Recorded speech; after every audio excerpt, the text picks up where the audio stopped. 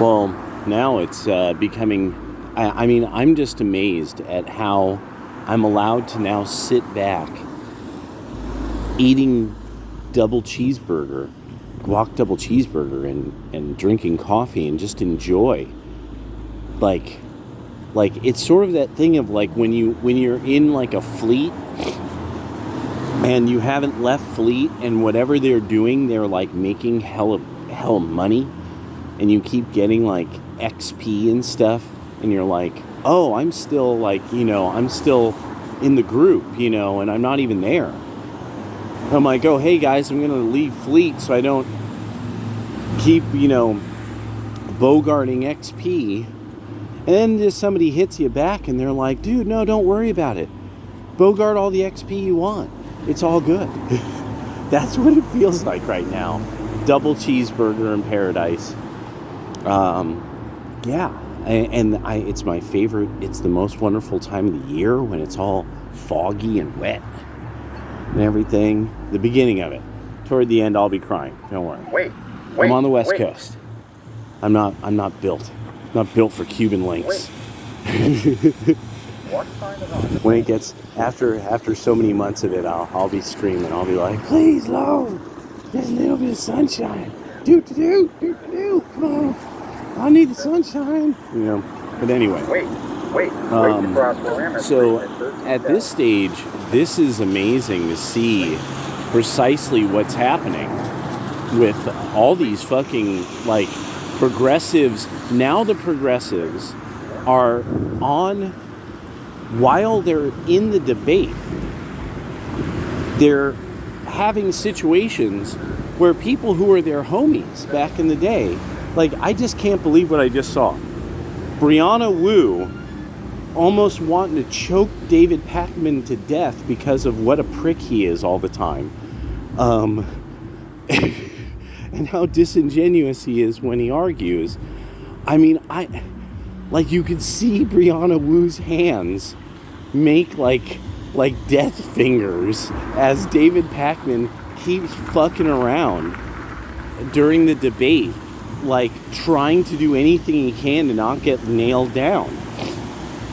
Slime can't be nailed to the wall. And now Chank has been going through this. Destiny is being treated like, okay, well, remember, Destiny doesn't argue in good faith. So when you're arguing with Destiny, always be prepared to deal with somebody who's not arguing in good faith. But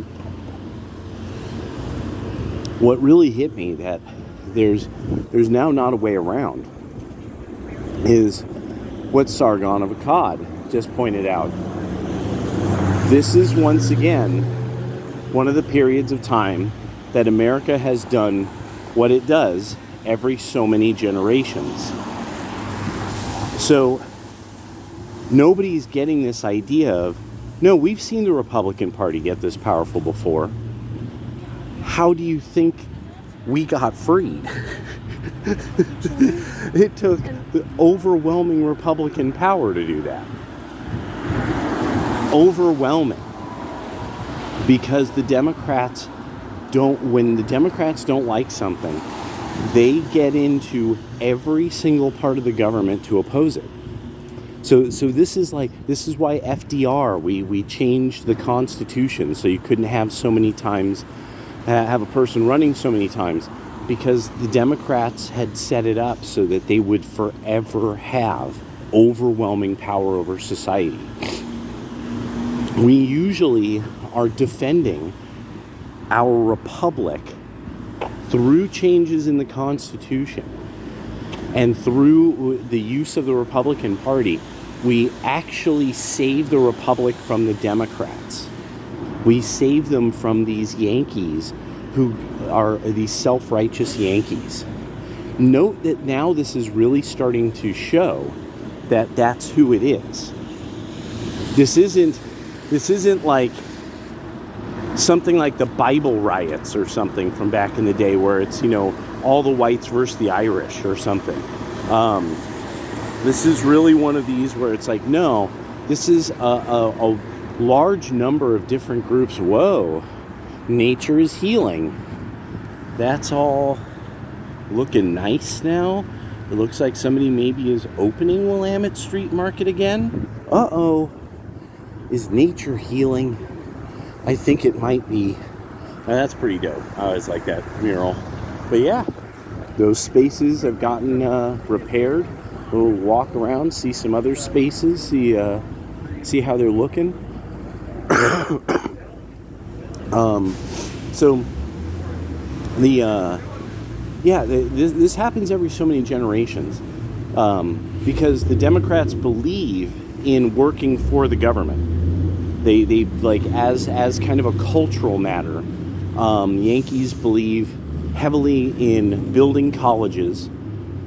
They believe in making people behave properly through various forms of penalizing them for behavior they don't like.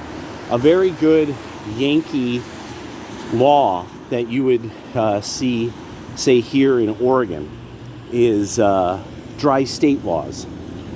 Dry state laws are not Scots-Irish. That's not something that came out of like the woolly red-beard fellows and the people over in the eastern part of the state. That's not where that came from. That came from the people who built Reed College, like my ancestors, that were Yankees, that liked telling people what to do.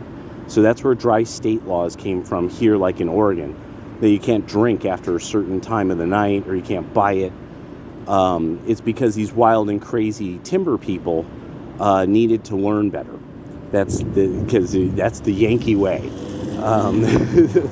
So, rather than just trusting that if people end up in the pokey enough, they'll stop drinking, no. And now people could say, well, that's what you got to do. No, that's what you have to do. You gotta sometimes tell people how to behave. And this is very much like something that you would find, especially in British culture. There's probably a portion of British culture that is, relatively consistent in this kind of behavior. You'll find they probably vote a certain way for generations. In America, we could trace some voting generationally and regionally when people even move for 100 or more than 100 years.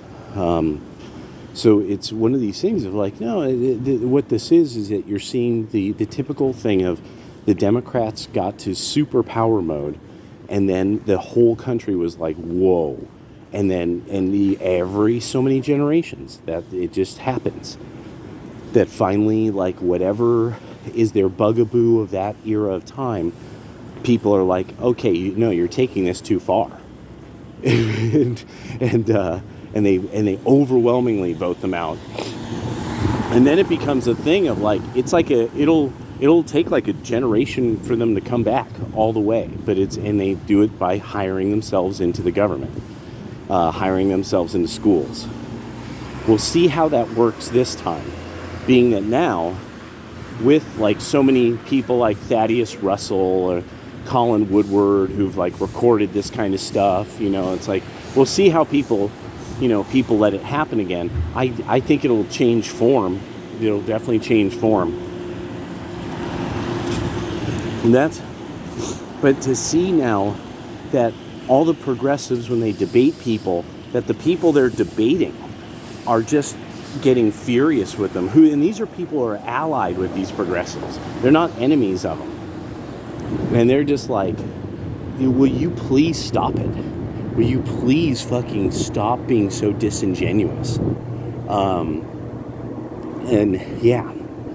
So Matt Gaetz as Attorney General, Vivek and Elon in the DOGE, the Department of Government Efficiency. Now, so people are like, what is Trump doing? He's seeing the reaction now. He's seeing how a whole bunch of people are reacting. Like, I don't know, did anybody notice Lindsey Graham's body language when he heard who was AG? Lindsey was not happy. Lindsey was not happy with that. Oh no. So, because he's gotten up to some business. There was something going on there with Syria, And he doesn't want any of that coming out and making him look like the kind of guy he is. He doesn't want any of the stuff about him and McCain and Clinton and Libya and all the weapons that end up in the Arab Spring. He doesn't want all that to come out. And so if there's a progressive or something like that watching this, here's what on the right we understand. The whole Syria thing was all just something to play people. Is the whole thing of like, oh, there's these people who got nerve gassed or chemical weaponed or something like that. Okay, there was never a finding of this. No, this was a way that we could basically move weapons across the Middle East and say it was a giant uprising and that people were liberating themselves. And then it looks like we also possibly hired or had a bunch of mercenaries from across the Ummah. There's so many rumors, so many weird characters that showed up. Like the mercenary, just look up the mercenary Motorola, like the camera. You wouldn't even believe there was like mercenaries advertising themselves in Syria. So this wasn't a war against Bashar Assad for some good humanitarian reasons. Then a guy who looks into experimental weapons was like, no, Syria was just a testing ground for experimental infantry weapons that would probably violate international law. And he had lots of footage of stuff that was not easily explained. You don't see weapons like this. And then he started to show, here's a schematic of a weapon posited by, and it was typically Israel. So that's what Syria and the Middle East uprising, all that really was. It looks like Lindsey Graham, the members of the Democratic Party, and McCain were testing weapons and getting Israel offshore territory from Syria for whatever deal was going to be made, larger deal. But that didn't work when Trump became president. All right, I got to pause for a moment. I'll talk to you guys in a minute.